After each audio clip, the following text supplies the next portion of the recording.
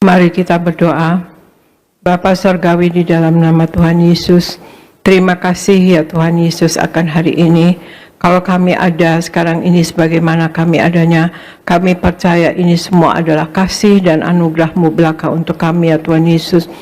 Pagi hari ini kami berkumpul bersama, kami memuji dan memuliakan Engkau, kami menyembah kepada Engkau ya Tuhan Yesus, kami beribadah kepada Engkau ya Tuhan Yesus.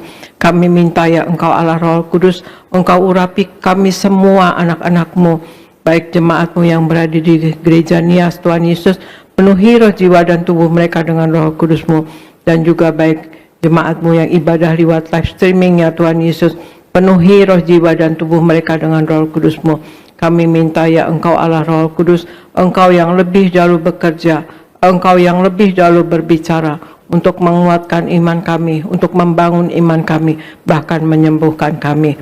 Terima kasih Bapa, terima kasih Yesus, terima kasih Roh Kudus. Dalam nama Tuhan Yesus kami mulai pemberitaan firman ini. Haleluya. Amin, amin, amin. Shalom saudara sekalian, Tuhan Yesus memberkati. Saya percaya kita semua berada dalam lindungan Tuhan Yesus Kristus. Amin saudara sekalian. Pagi hari ini ya, kita hari ini bersama-sama merayakan kenaikan Tuhan Yesus ke sorga ya saudara sekalian. Kita memperingati Tuhan Yesus naik ke sorga saudara sekalian. Ya, kenaikan Tuhan Yesus ke sorga, ya kita harus tahu bahwa Yesus adalah Allah sendiri yang turun ke dunia menjadi manusia, dan Dia kembali ke sorga, dan kemudian akan mencurahkan Roh Kudusnya yang 10 hari lagi nanti kita akan rayakan saudara sekalian. Yang mana sekarang Tuhan Yesus ke sorga adalah menyiapkan rumah bagi kita di sorga, dan kelak Dia akan datang kembali, kata Tuhan Yesus ya saudara sekalian. Jadi pagi hari ini tema firman Tuhan yang saya akan bawakan adalah tujuan Tuhan Yesus naik ke sorga. Tujuan Tuhan Yesus naik ke sorga saudara sekalian.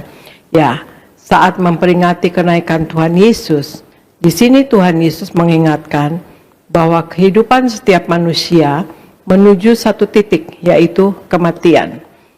Raja Salomo yang penuh hikmat dalam Pengkhotbah 9 mengatakan bahwa semua orang sama, yaitu menuju kematian. Kita diingatkan untuk mencari kekekalan, lebih banyak lagi dalam kesungguhan akan firman Tuhan. Jadi kita diingatkan untuk mencari kekekalan, mengingat kekekalan perkara-perkara yang di atas saudara sekalian, dan kita juga lebih banyak lagi hidup dalam sungguh-sungguh akan firman Tuhan saudara sekalian. Dalam peringatan kebangkitan ya, Tuhan Yesus mengingatkan kepada kita, Dia bangkit artinya Dia menang ya atas maut. Maka dalam Tuhan Yesus dibangkitkan itu, jadi dalam Tuhan Yesus itu artinya ada pengharapan, yang sakit kita disembuhkan, jalan yang buntu dibukakan, usaha pekerjaan studi diberkati, dan kemudian dalam Yesus ada pengharapan. Kemudian sesudah Yesus bangkit selama 40 hari, Tuhan Yesus menampakkan diri kepada orang banyak. Nah, hari ini kita memperingati kenaikan Tuhan Yesus, yang mana setelah 40 hari Tuhan Yesus naik ke sorga. Jadi ada tujuan Tuhan Yesus dalam kenaikannya ke sorga. Nah, kita bahas pagi ini. Argo bacakan Lukas 24 ayat 50 sampai 53, kemudian Kisah Rasul 1 ayat 6 sampai 11. Argo. Lukas 24 ayat 50 sampai 53. Lalu Yesus membawa mereka keluar kota sampai dekat Betania. Di situ Ia mengangkat tangannya dan memberkati mereka. Dan ketika Ia sedang memberkati mereka, Ia berpisah dari mereka dan terangkat ke sorga. Mereka sujud menyembah kepadanya, lalu mereka pulang ke Yerusalem dengan sangat bersukacita. Mereka senantiasa berada di dalam bait Allah dan memuliakan Allah. Kisah Para Rasul 1 ayat 6 sampai 11. Maka bertanyalah mereka yang berkumpul di situ, Tuhan, maukah Engkau pada masa ini memulihkan kerajaan bagi Israel? Jawabnya, Engkau tidak perlu mengetahui masa dan waktu yang ditetapkan Bapa sendiri menurut kuasanya. Tetapi kamu akan menerima kuasa kalau Roh Kudus turun ke atas kamu, dan kamu akan menjadi saksiku di Yerusalem dan di seluruh Yudea dan Samaria, dan sampai ke ujung bumi. Sesudah ia mengatakan demikian, terangkatlah ia disaksikan oleh mereka, dan awan menutupnya dari pandangan mereka.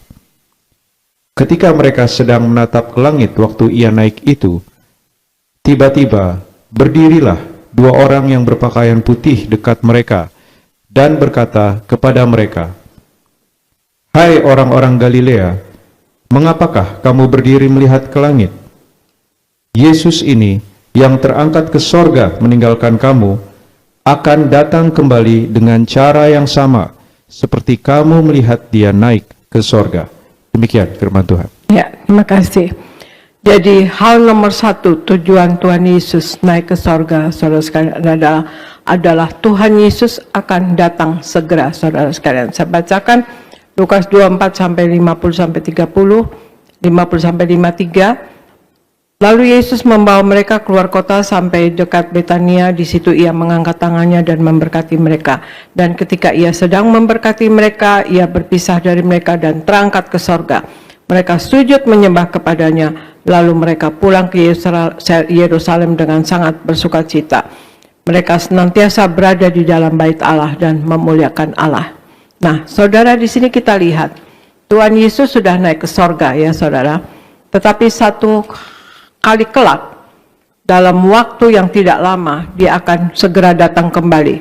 Ya, ini di sini di Kisah Rasul 1 ayat 6. Ya, ayat 10 saya bacakan. Ketika mereka sedang menatap ke langit pada waktu ia naik itu, tiba-tiba berdirilah dua orang yang berpakaian putih dekat mereka. Ini malaikat, ya saudara sekalian, dan berkata kepada mereka, "Hai orang Galilea, mengapakah kamu berdiri melihat ke langit? Yesus ini yang terangkat ke sorga meninggalkan kamu, akan datang kembali dengan cara yang sama seperti kamu melihat dia naik ke sorga." Nah, Tuhan Yesus sudah naik ke sorga, tapi satu kali kelak dalam waktu yang tidak lama lagi, ya, kenapa saya katakan tidak lama lagi, ya saudara sekalian, karena posisi kita adalah kemarin-kemarin, sekarang, dan besok-besok adalah posisi kita akan untuk menantikan kedatangan Tuhan Yesus yang kedua kali, karena Tuhan Yesus katakan dia akan datang lagi, saudara sekalian, dia akan datang segera, ya saudara sekalian. Jadi, atau kita yang dipanggil Tuhan pulang. Jadi kita posisinya adalah kita menantikan kedatangan Tuhan Yesus, ya. Jadi sekarang Tuhan Yesus sudah naik ke sorga, tapi satu hari kelak dalam waktu yang tidak lama lagi dia akan segera datang kembali. Tanda-tandanya sudah begitu banyak yang terjadi hari-hari ini, dan kondisi-kondisi di sekitar kita bisa baca, ya saudara sekalian. Nubuatan-nubuatan sudah mulai digenapi. Dia akan segera kembali untuk menjemput saudara dan saya. Tuhan sudah peringatkan kepada kita melalui mengenai 5 gadis yang bijak dan 5 gadis yang bodoh. Lalu diingatkan lagi untuk nanti pada akhir zaman, kalau ada 2 orang di ladang, 1 orang akan hilang diangkat dan 1 ditinggal. Jadi saudara, kita harus sungguh-sungguh di dalam Tuhan, karena dia segera datang menjemput umat-umatnya yang kudus, ya. Pesan dari kitab suci di 1 Tesalonika 4 ayat 1 sampai 3a saya bacakan, ya saudara sekalian. Ini perikopnya adalah, ya, bahwa kita nasihatnya supaya kita hidup kudus. Ini saya bacakan. Akhir-akhirnya saudara, kami minta dan nasihatkan kamu di dalam Tuhan Yesus. Kamu telah mendengar dari kami bagaimana kamu harus hidup supaya berkenan kepada Allah. Hal itu memang telah kamu turuti, tetapi baiklah kamu melakukannya lebih bersungguh-sungguh lagi. Kamu tahu juga petunjuk-petunjuk mana yang telah kami berikan kepadamu atas nama Tuhan Yesus. Karena inilah kehendak Allah, pengudusanmu. Jadi dari pesan kitab suci di 1 Tesalonika 4, ya saudara sekalian, perikopnya itu adalah nasihat untuk kita hidup kudus, ya. Karena kita akan dijemput kelak oleh Tuhan Yesus, jadi ya kita harus hidup kudus. Dan kemudian juga di 1 Tesalonika 5 ayat 1 sampai 6 atau di 1 Tesalonika 5 itu perikopnya adalah kita harus berjaga-jaga dalam hidup ini. Karena saat Tuhan Yesus nanti akan datang, kita harus berjaga-jaga ya saudara sekalian. Sebelumnya saya bacakan di 1 Tesalonika 5 ayat 1 sampai 6. Tetapi tentang zaman dan masa, saudara-saudara, tidak perlu dituliskan kepadamu, karena kamu sendiri tahu benar-benar bahwa hari Tuhan datang seperti pencuri pada malam. Apabila mereka mengatakan semuanya damai dan aman, maka tiba-tiba mereka ditimpa oleh kebinasaan, seperti seorang perempuan yang hamil ditimpa oleh sakit bersalin. Mereka pasti tidak akan luput. Tetapi kamu, saudara-saudara, kamu tidak hidup di dalam kegelapan, sehingga hari itu tiba-tiba mendatangi kamu seperti pencuri. Karena kamu semua adalah anak-anak terang dan anak-anak siang. Kita bukanlah orang-orang malam atau orang-orang kegelapan. Sebab itu baiklah jangan kita tidur seperti orang-orang lain, tetapi berjaga-jagalah dan sadar. Jadi di sini kita dinasihatkan untuk hidup kudus dan berjaga-jaga dalam menantikan kedatangan Tuhan Yesus. Saat Tuhan Yesus sudah naik ke sorga, saudara, dia sedang mempersiapkan rumah untuk saudara dan saya. Kita yang ingin berjumpa dengan Tuhan Yesus Kristus harus hidup sungguh-sungguh, hidup kudus dan hidup berjaga-jaga. Jadi hal yang pertama tujuan Tuhan Yesus naik ke sorga adalah saudara sekalian, satu, Tuhan Yesus akan datang segera, saudara sekalian. Kemudian Argo bacakan Kisah Rasul 1 ayat 11. Saya ulangi lagi ayatnya, saudara sekalian. Kisah Rasul 1 ayat 11, Argo. Kisah para Rasul 1 ayat 11. Dan berkata kepada mereka, "Hai orang-orang Galilea, mengapakah kamu berdiri melihat ke langit? Yesus ini yang terangkat ke sorga meninggalkan kamu, akan datang kembali dengan cara yang sama, seperti kamu melihat dia naik ke sorga." Demikian firman Tuhan. Ya. Kisah para Rasul 1 ayat 11, tadi sudah dibacakan, tapi saya tekankan kembali lagi ayatnya. Ini malaikat berkata ya, dua malaikat berkata kepada orang-orang dan berkata kepada mereka, "Hai orang-orang Galilea, mengapakah kamu berdiri melihat ke langit? Yesus ini yang terangkat ke sorga, meninggalkan kamu, akan datang kembali dengan cara yang sama seperti kamu melihat dia naik ke sorga." Jadi hal yang kedua Tuhan Yesus untuk naik ke sorga, saudara sekalian, yaitu kita jangan pernah berhenti mencari Tuhan. Mengapa? Ya, kata-kata "Hai orang Galilea", ya Galilea.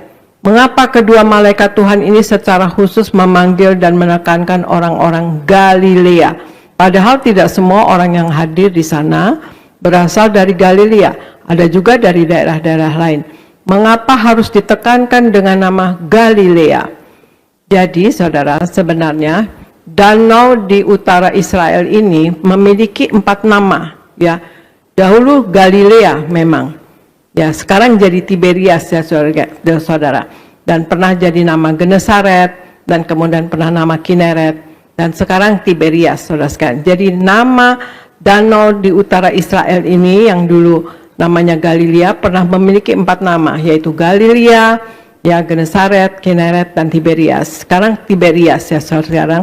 Ya, Galilea sendiri mempunyai artinya saudara sekalian revolution of the wheel, artinya roda yang berputar yang tidak pernah berhenti. Roda yang berputar yang tidak pernah berhenti. Malaikat Tuhan ingatkan kita, bahkan menekankan, "Hei orang-orang Galilea", ya saudara sekalian, artinya adalah orang-orang yang akan terus bertemu dengan Tuhan Yesus, yang tidak pernah berhenti mencari Tuhan Yesus, dan tidak pernah berhenti hidup kudus, dan tidak pernah berhenti berdoa, tidak pernah berhenti pengharapannya kepada Tuhan Yesus, karena di dalam Tuhan Yesus pengharapan tidak pernah mengecewakan. Selain Galilea berbicara tentang mengenai orang yang tidak pernah berhenti mencari Tuhan, Galilea juga berbicara mengenai orang-orang yang sederhana. Di Danau Galilea atau sekarang namanya Danau Tiberias ini, saudara sekalian, Tuhan Yesus melakukan mujizat-mujizat yang terjadi 2000 tahun yang lalu. 70% mujizat Tuhan Yesus terjadi di daerah Galilea atau Tiberias sekarang ini ya saudara sekalian. Mengapa? Karena Galilea juga berbicara mengenai orang-orang yang rendah hati, atau sederhana. Waktu kita rendah hati, saudara, maka mujizat Tuhan akan terjadi dalam kehidupan kita. Jangan kita sombong, merasa besar dan mampu, maka mujizat tidak terjadi. Tuhan pasti akan beri kita jalan keluar yang indah bila kita terus-menerus mencari Tuhan dan selalu rendah hati di dalam hidup ini, saudara sekalian. Jadi hal yang kedua, Tuhan Yesus tujuannya naik ke surga adalah kita jangan pernah berhenti mencari Tuhan. Malaikat katakan, hai orang-orang Galilea, itu adalah kita orang-orang yang akan terus bertemu dan tidak pernah berhenti mencari Tuhan. Jadi tujuan Tuhan Yesus ke surga yang kedua adalah kita jangan pernah berhenti mencari Tuhan, saudara. Dan kemudian Argo bacakan Yohanes 14 ayat 16. Yohanes 14 ayat 16, Argo. Yohanes 14 ayat 16. Aku akan minta kepada Bapa, dan Ia akan memberikan kepadamu seorang penolong yang lain, supaya Ia menyertai kamu selama-lamanya. Demikian firman Tuhan. Ya, terima kasih. Yohanes 14 ayat 16 katakan, Aku akan minta kepada Bapa, dan Ia akan memberikan kepadamu seorang penolong yang lain, supaya Ia menyertai kamu selama-lamanya. Jadi tujuan Tuhan Yesus naik ke sorga yang ketiga adalah Tuhan Yesus memberikan seorang penolong bagi kita, ya saudara sekalian, yaitu Roh Kudus. Sebelum Tuhan Yesus naik ke sorga, Tuhan Yesus mengingatkan bahwa Dia akan naik ke sorga. Tetapi Dia tidak akan membiarkan murid-muridnya dan kita semuanya ini akan sendirian, ya saudara sekalian. Tuhan akan memberikan satu pribadi penolong bagi kita, yaitu Roh Kudus ketika Tuhan Yesus naik ke sorga. Tuhan Yesus tahu kebutuhan kita. Dia curahkan rohnya sendiri menjadi penolong bagi kita semua. Roh Kudus itu adalah omnipresent, ya artinya hadir dimanapun, hadir di mana-mana. Sehingga dimanapun kita berada, Tuhan sanggup menolong kita. Kita tidak usah bingung. Dan kita tidak usah panik, ya saudara sekalian, bahwa kita ini sendirian. Dan kita bisa berdoa kepada Roh Kudus yang adalah Roh Tuhan Yesus sendiri, saudara. Tuhan Yesus melalui Roh Kudusnya menjadi titik tolak bagi murid-muridnya, juga bagi kita, ya, bahwa Tuhan tetap bersama-sama dengan kita selalu, ya. Saya ulangi, Tuhan Yesus melalui Roh Kudusnya menjadi titik tolak bagi murid-muridnya, juga bagi kita, ya semua, bahwa Tuhan Yesus tetap bersama-sama dengan kita. Kita berjalan dengan iman kepada Tuhan Yesus Kristus, dan apa yang kita harapkan pasti akan Tuhan Yesus tolong dan genapi dalam hidup kita. Kita memang perlu penolong, saudara sekalian, yaitu Roh Kudus. Tanpa Roh Kudus kita tidak dapat melakukan apa yang Tuhan perintahkan dalam hidup kita. Tanpa Roh Kudus kita tidak akan pernah berhenti mengenai kebenaran Alkitab, ya, atau firman Tuhan. Tanpa Roh Kudus kita nggak mengerti apa ini yang ditulis oleh Alkitab. Kadang-kadang ada orang yang bisa baca Alkitab tapi nggak ngerti-ngerti karena tidak minta Roh Kudus untuk menolong dia untuk mengerti. Jadi kita dengan Roh Kudus kita akan dapat mengerti kebenaran firman Tuhan, ya saudara sekalian. Kita tidak dapat hidup kudus tanpa Roh Kudus. Tidak dapat berjaga-jaga dalam menantikan kedatangan Tuhan Yesus. Jadi kita harus perlu Roh Kudus untuk menguatkan kita. Ya, kalau Roh Kudus ada pada kita, Roh Kudus akan menginsafkan kita akan dosa, saudara sekalian. Jadi sebelum kita melakukan dosa, kita akan diinsafkan oleh Roh Kudus. Roh Kudus juga akan bawa kita pada jalan kebenaran dan beri kekuatan kepada kita, sukacita kepada kita, hikmat, dan apa yang harus kita kerjakan. Juga ingatkan kita bahwa satu saat nanti akan ada penghakiman, saudara sekalian. Jadi hal yang ketiga, tujuan Tuhan Yesus naik ke surga adalah Tuhan Yesus memberikan kepada kita seorang penolong, yaitu Roh Kudus.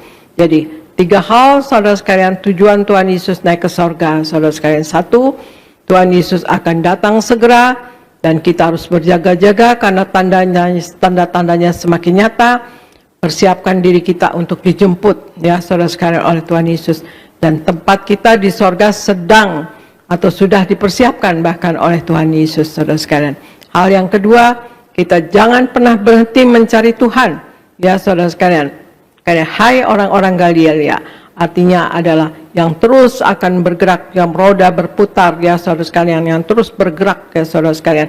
Jadi kita tidak pernah berhenti mencari Tuhan. Karena apa? Pengharapan di dalam Tuhan tidak akan pernah mengecewakan. Mujizat bagi orang yang tidak pernah berhenti mencari Tuhan itu terjadi, saudara sekalian. Orang yang tidak pernah berhenti mencari Tuhan pasti akan mengalami mujizat, akan terjadi mujizat pada dirinya. Dan kemudian juga kerendahan hati membuat mujizat menjadi nyata di dalam kehidupan kita. Dan yang ketiga, Tuhan Yesus memberikan seorang penolong, yaitu Roh Kudus kepada kita. Roh Kudus adalah roh penolong. Kita perlu Roh Kudus dalam hidup ini, dan Roh Kudus akan menuntun kita dalam menantikan Tuhan Yesus, saudara sekalian. Tujuan Tuhan Yesus naik ke sorga, satu, Tuhan Yesus akan datang segera. Kedua, jangan pernah berhenti mencari Tuhan. Dan ketiga, Tuhan Yesus memberikan seorang penolong, yaitu Roh Kudus, saudara sekalian. Nah, itulah saudara sekalian, di dalam kita merayakan sekarang kenaikan Tuhan Yesus ke sorga. Marilah kita hidup sungguh-sungguh dalam firman Tuhan, menjadi pelaku firman Tuhan. Kita jangan mendukakan hati Tuhan dan jangan mendukakan hati sesama, saudara sekalian. Marilah kita memuliakan Tuhan Yesus seumur hidup kita, saudara sekalian. Dan kita benar-benar minta ditopang oleh Roh Kudus, saudara sekalian, ya. Dan kemudian juga kita mengikuti semua kata-kata Tuhan Yesus. Tuhan Yesus menghendaki nama kita tercatat dalam buku kehidupan di sorga. Tuhan Yesus ke sorga menyiapkan rumah bagi kita. Dan Tuhan Yesus menghendaki nama kita tercatat dalam buku kitab kehidupan di sorga. Kalau sampai nama kita tidak tercatat dalam buku kitab kehidupan di sorga, maka kita akan mengalami kematian yang kekal. Kematian kedua atau lautan api, saudara sekalian. Itu di Wahyu 20 ayat 14-15.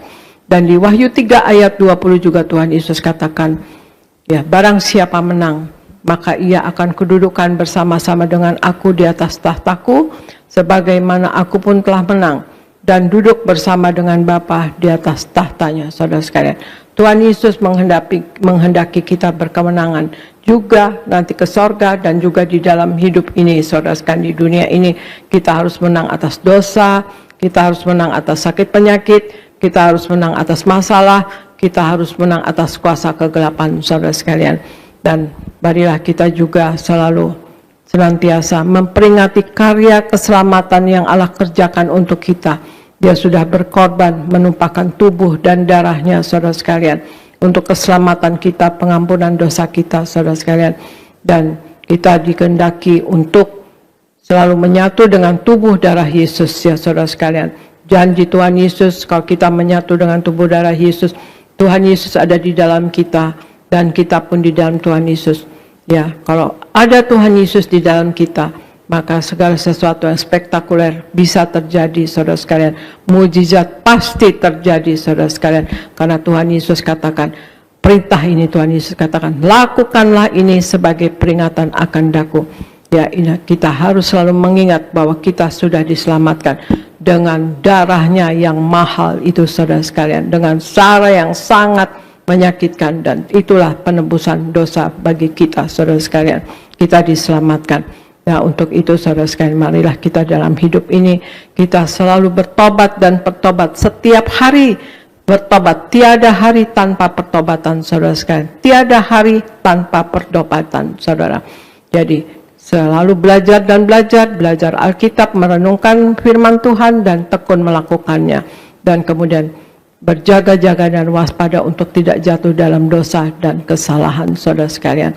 Dan Tuhan Yesus juga berkata waktu Petrus menanyakan kepada Tuhan Yesus, ya, kami sudah mengikut Engkau, apa yang akan kami peroleh?